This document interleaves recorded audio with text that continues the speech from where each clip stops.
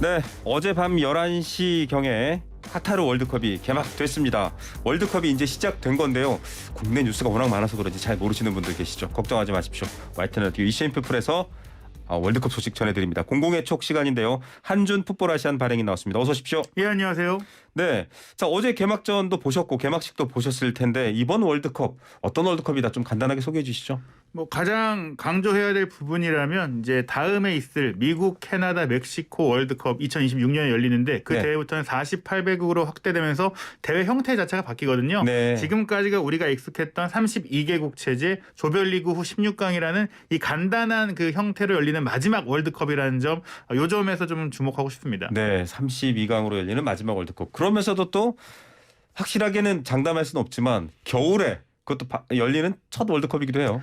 맞습니다. 그 1930년에 우루과이에서 처음 월드컵이 열린 이후에 겨울에 열리는 것은 처음이에요. 거기 사실. 남반구 쪽에서 예. 그런 거죠. 네. 기본적으로 이제 겨울에는 축구하기가 가장 추운 날씨고 본 사람들한테도 힘든 네. 날씨인데 카타르 같은 경우에는 특수하죠. 여름에 너무 덥고 오히려 맞아요. 겨울이 돼야 조금 이제 선선하다. 물론 겨울임에도 불구하고 현재 그 날씨 낮에는 30도가 넘기 때문에 굉장히 덥다고 맞습니다. 해요. 하지만 4, 5시 되고 해가 조금 지면은 그제서야 이제 20도 중후반대 이제 선선하니까 축구를 할 수 있다. 맞습니다. 그래서 이제 서아시아만 그런 기후적인 이유로 월드컵을 못 한다는 건 솔직히 좀 말이 안 되니까 네. 기회를 준 것 같은데 그 과정에서 조금 논란이 있긴 했습니다. 그러니까요. 지금 프로팀 경기 각국의 주요 빅리그 경기들하고도 일정이 타이트한 것도 문제고 예전엔 사실 그랬어요. 그 중동 지역에서 아시안 게임 같은 거 하면 막 에어컨을 경기장에 예. 틀겠다, 물을 뿌리겠다.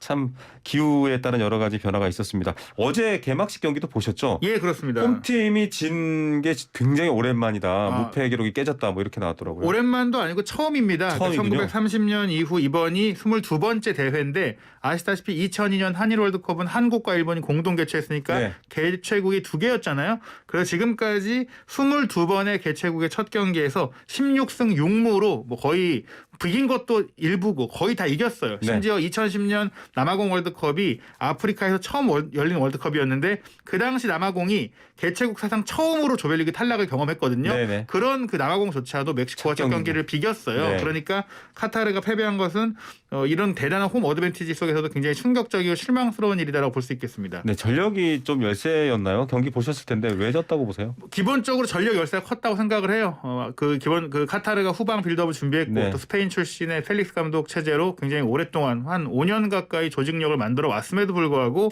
에콰도르 선수의 강한 그 전방 압박에 휘둘리면서 일찌감치 골도 내주고 전반전에 실점을 2골이나 했는데 네. 이 과정 속에서 아무래도 카타르가 물론 선수들이 열심히 준비를 했겠지만 이곳저곳 아프리카라든지 다른 아랍 지역에서 귀한 선수들이 굉장히 많고 또 국가에 대한 대표팀에 대한 그 자부심이나 하나로 뭉치는 그런 그 네. 끈끈함이 좀 부족하지 않았나. 게다가 이 선수들이 다 카타르 리그에서 뛰고 있는데 카타르 리그 팀들이 굉장히 많은 연봉을 또 지급하고 네. 있어요. 물론 돈을 많이 벌었다고 월드컵이 소중하지 않은 네. 건 아니지만 간절함이 조금 부족하지 않았을까라는 생각도 네, 들었어요. 맞습니다. 축구만큼 이제 장단점이 있습니다만 민족주의나 국가주의 같은 애국주의 같은 게 예. 또 강한 스포츠가 잘 없죠. 자, 이제 우리 목요일 날 우루과이전으로 시작을 합니다. 한 기자님, 예. 이깁니까 비깁니까 집니까? 저는 개인적인 생각으로는 분명히 상대 우루과이가 우리보다 강한 팀인 것은 강하죠. 맞지만 우리가 이기지 못할 요인 있겠지만 우리가 이길 수 있는 요인도 분명히 있다 네. 생각이 합니다. 기본적으로 상대도 약점이 있어요. 네. 일단은 오른쪽 수비수 아라우호 선수가 부상으로 뛸 수 없잖아요. 네네. 그런데 그 부상으로 뛰지 못하는 자리에 또 다른 베테랑 오른쪽 수비수인 다미안 수아레스, 이 선수도 이제 스페인에서 오랫동안 활약을 했고 네. 잘한 선수인데 이 선수도 부상으로 소집이 안 됐거든요. 그래서 그 지역에 좀 강한 선수가 없는데 아시다시피 손흥민 선수가 그 왼쪽을 기반으로 공격을 하니까 그렇죠. 상대 오른쪽 수비를 공략할 수 있잖아요. 네. 그 자리에서 이제 좀 우리가 균열을 만든다면 또 역습을 해서 먼저 골을 넣는다면 충분히 이제 상대의 공격을 버텨내면서 승점을 얻거나 혹은 상대가 이제 달려들 때 그 뒷공간을 또 한 번 역습해서 네. 골을 넣어서 승리할 가능성, 축구가 그래도 보는 거 아니겠습니까? 그렇죠. 상대가 우리보다 강하다고 해서 어차피 지겠지라는 생각이 아니라 상대도 실수할 수 있다. 그런 부분에서는 우리가 충분히 승점을 얻고 이길 가능성까지도 기대하면서 응원할 수 있다 생각합니다. 자, 승리를 기대해도 좋다라는 게 전문가십니다. 한준 풋볼 아시안 발행. 그래서 나중에 잘 되면 여기가 또 성지가 돼서 사람들이 예. 찾아옵니다. 그런데 뭐 수아레스 선수 같은 훌륭한 세계적인 선수 스타 플레이어들도 있고 공격수도 면면이 다 좋은데 앞서 말씀하셨듯이 우리가 조금 빠른 스피드, 그러니까 과거에 좀 한국 축구가 구사하던 역습 이런 쪽으로 갈까요? 아니면 지금 벤투 감독이 아주 공들이고 있는 탄탄한 조직력과 빌드업으로 가야 될까요? 우루과이는 어떤 쪽이 좀 더 먹히겠다라고 보십니까? 뭐 우루과이 같은 경우도 기본적으로 우리처럼 역습을 하는 팀이기 때문에 우리가 이제 내려선다고 해서 그 선수들이 뭐 다 전진한다 뭐 이렇게 좀 보장할 수는 없어요. 다만 네. 벤투 감독이 지금 공들이고 있는 훈련 내용을 살펴보면 전방 압박을 굉장히 강하게 한다. 그 네네. 얘기는 상대 지역에서 주도권을 잡겠다는 얘기고 주도권을 잡겠다. 상대가 공격진에게 공을 투입하기 어렵도록 그리고 상대의 강점인 벤탄쿠르나 뭐 발베르데 같은 그러니까요. 이선 자원, 미드필드 자원들이 공을 못 잡게 아예 상대 지역에서 누르겠다. 근데 이게 사실 벤투 감독이 추구하는 아주 워낙 미드필더가 강하니까. 지배적인 앞에서 우리 네. 지역에서 머무르는 게 아니라 상대 지역에서 우리가 경기를 지배하겠다 이런 얘기인데요. 그러기 위해서는 아마도 이제 공격진의 구성에 그렇다면 조금 많이 뛰어주는 선수, 활발한 선수, 그렇죠. 우리가 이제 앞에서 공격을 해야 된다. 흔들어 놔야 되는 그리고 선수들. 손흥민 선수가 조금 몸에 그래도 이제 우려가 있으니까 손흥민 선수는 그 부분을 조금 이제 면제해 주면서 골을 넣게만 딱 집중시켜주면 압박과 역습의 그 절묘한 믹스 플레이를 통해서 우루과이를 상대할 수 있다. 뭐 생각합니다. 자, 세계적인 미드필더들이 있는 우루과이를 상대하기 위해서 지금 한 기자님이 말씀하신 여러 전략들 뭐 전문가들이 예상할 수도 있고 벤투 감독이 준비했을 수도 있겠지만 그보다 더 중요한 전략이 하나 있습니다. 예. 목요일 날 온 국민이 또 2002년처럼 뜨거운 마음으로 응원하면 그 에너지가 전달되지 않을까 생각됩니다. 자, H조가 한국이 속해 있는데 향후 경기 일정들이 어떻게 진행되나요? 일단 1차전 우루과이전이 말씀하신 대로 28일 목요일 밤 10시에 24일 목요일 밤 10시에 열리고요. 네. 가나와 2차전이 다음 주로 넘어가서 28일 월요일 밤 10시에 있고 12월 3일 0시 뭐 그러니까 좀 듣기 편하게 보시면은 12월 12일 금요일 밤 12시에 네. 포르투갈과 마지막 경기를 치르게 되는데 모든 경기들이 정말 이제 밤잠 설치지 않고 편안하게 여러분들 저녁 식사하시고 잠들기 전에 볼 수 있는 좋은 시간대이기 때문에 뭐 우리들이 다 모여서 지금 거리 응원도 추진이 되고 네. 있는데 뭐 볼 수 있는 신나게 가족들이 볼 수 있는 그런 시간대입니다. 예, 회사 사내 이 남자 직원들 우리 유영 아나운서 같은 경우는 치킨을 미리미리 시켜놓으시라 예. 그 시간대가 참 치킨이 쏠릴 거다 이렇게 얘기도 하셨습니다. 자, 포르투갈이 최근에 평가전도 치렀는데 여기도 만만치 않던데요.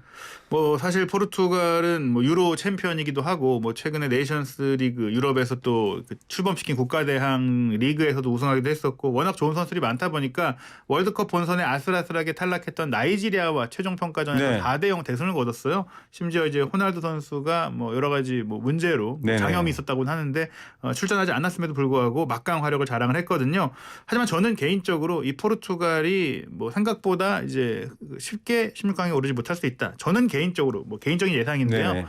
우리가 이제 첫 경기 우루과이만 잘한다면 우루과이가 2차전 그 포르투갈과의 경기에 사력을 다해야 되거든요. 네. 그럼 그 경기에서 포르투갈이 우루과이에 이기지 못하게 될 경우 마지막 경기에서 마치 2002년 한일 월드컵 때처럼 우리와의 경기에서 좀 이제 반드시 승점이 필요한 상황이 될 수가 있어요. 그런 심리적인 쫓기는 상황이 될 수도 있고 오히려 최약체로 꼽혔던 가나가 네. 스위스와의 그 평가전에서 굉장히 좋은 그러니까요. 경기를 보였잖아요. 여기서 주목할 것 중에 하나가 가나가 굉장히 속도가 빠른 팀이라는 점입니다. 결국에는 포르투갈이 경기를 지배하겠지만 가나에게 뒤통수를 맞는 상황이 1차전에 만약에 나온다면 H조가 굉장한 혼전이 될 수 있어요. 많은 해외 전문가들이 포르투갈, 우루과이가 가볍게 16강에 올라갈 거라고 생각을 하지만 만약 가나와 한국이 1차전에 이 두 팀을 상대로 뭔가 이제 승점을 얻어내는 네. 상황이 된다면 2차전 포르투갈, 우루과이전에 이 두 팀이 힘을 많이 쓸 수가 있어요. 네. 그런 상태에서 우리가 3차전 포르투갈 상대로 마치 그 4년 전 독일을 탈락시켰던 것처럼 탈락시킬 수 있는 알 수 그 없습니다. 가정은 충분히 이게 허황된 얘기는 아니다. 네. 예. 우리의 월드컵 마지막 경기는 세계 최강이라고 평가받던 독일을 2대0으로 침몰시킨 경기였었거든요. 예. 알 수 없다라는 게 얘기고 우루과이는 사실 월드컵 1회 개최국이고 당시 우승도 했었습니다. 우리가 남미 팀을 이긴 적이 없어요. 그렇습니다. 뭐 우루과이와 친선 경기에서는 우리가 이제 이겼던 적이 있긴 하지만 네. 월드컵 본선에서는 남미 팀을 상대로 아직까지 한 번도 이제 이긴 적이 없는데요. 네. 이번에 이긴다면 그 역사를 새롭게 뭐 쓸 수 있는 부분이 되겠고요. 또 우리가 월드컵 조별리그 2차전에서는 또 이겼던 적이 없다라는 기록이 있어요.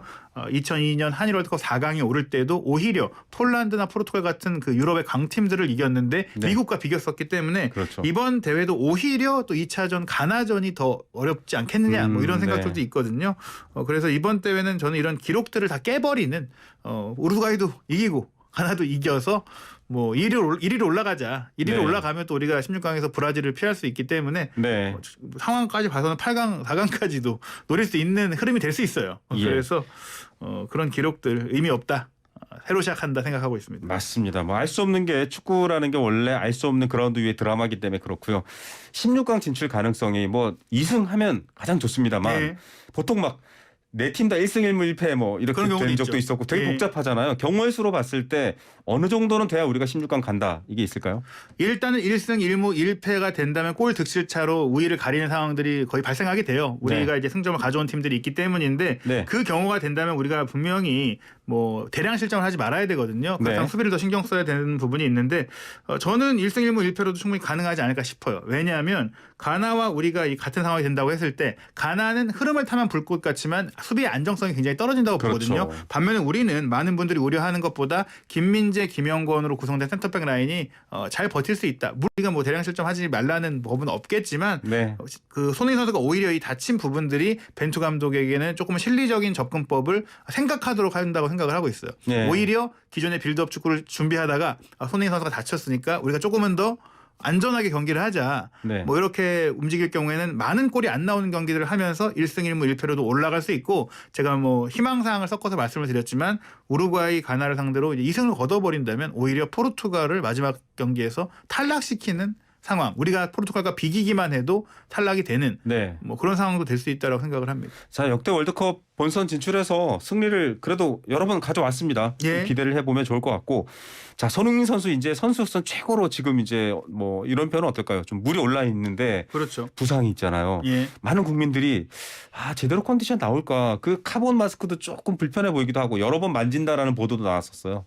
뭐 사실은 불편하진 않다고 해요. 만지는 이유가 이제 땀이 이제 차기 때문에 그래서 미끄러져서 그런 것이지. 네. 이 얼굴에 정확하게 본인을 맞춰서 했기 때문에 그 불편하지 않고 굉장히 가볍다고 해요. 네. 다만 이제 재충돌이 있었을 경우에는 분명히 아주 위험해지거든요. 현재로서는 보상 부위도 잘 아물었고 굉장히 일반인보다 빠른 속도로 회복이 되고 있고 이미 사실은 한국 대표팀에 오기 전에 토트넘에서부터 훈련을 하고 있었다고 했거든요. 네. 그런 부분들을 생각한다면 손흥민 선수의 경기력 자체는 문제가 없겠지만 걱정되는 건 경기 중에 또 다칠까 봐. 그게 유일하게 우려점인데 그러다 보니까 손흥민 선수가 조금 부딪히지 않고 헤딩 네. 경험 안 하고 뛰어 들어가서 슈팅만 때리는 그런 네. 역할만 딱 시켜주는 게 오히려 우리의 입장에서는 벤투 감독이 전술의 선택지를 좁혀줄 수 있다. 손흥민 선수를 네. 잘 지킬 수 있는 축구를 해야 된다 생각이 듭니다. 손흥민 선수는 뭐 머리보다는 발이죠. 예. 자, 끝으로 거리 응원이 이제 뭐 되냐 안 되냐 최근에 이태원 참사도 있었기 때문에 말이 나왔었는데 일단 서울시에서는 좀 지원해주겠다는 입장인 것 같고 붉은 악마도 예정대로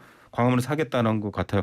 뭐 어떤 준비들 필요할까요? 예, 사실 뭐 22일에 결정을 하기로 했는데요. 네. 거의 좀 긍정적인 분위기라고 저도 그러니까요. 들었어요. 왜냐하면 이게 뭐 이태원 참사 문제가 있긴 했지만 지금까지 계속 잘 해왔었고 네. 이태원 참사가 조금은 특수한 상황이라고 생각이 되고 지금처럼 이미 준비돼 있고 이미 또 이런 일을 겪었을 때 같은 일이 생기겠느냐. 오히려 이렇게 또 성공적으로 좀 많은 조심할 인파가 것이다. 모리는 것들 행사를 통해서 좀 이제 괜찮구나라는 안심을 또 줄 수도 있지 않겠느냐. 네. 그리고 월드컵이 4년에 한 번인데 또 다시 그럼 그 거리 응원을 4년을 기다려야 전국된 상황이 조금 이제 아쉬울 수도 있어서 철저하게 준비하고 있다고 합니다. 뭐 대행사, 뭐 행사 요원, 그러니까요. 안전 요원 그리고 안전까지. 그 협회까지도 지원한다고 하니까요. 네. 저는 뭐 만약에 개최가 된다면 불상사 없이 잘 진행되지 않을까 생각을 합니다. 네, 2002년 이후로 20년 만에 또 다시 사람들의 기대가 모아지고 있습니다. 유상철 선수도 생각나고요. 저도 20대 때 예. 2002년 월드컵을 열심히 현장에서 함께 뛰었던 기억이 나는데요. 자원봉사자로. 이번에도 좀 좋은 소식 있었으면 좋겠습니다. 오늘 뉴스 여기까지 듣겠습니다. 감사합니다. 감사합니다. 네, 풋볼 아시안 한준 발행인이었습니다.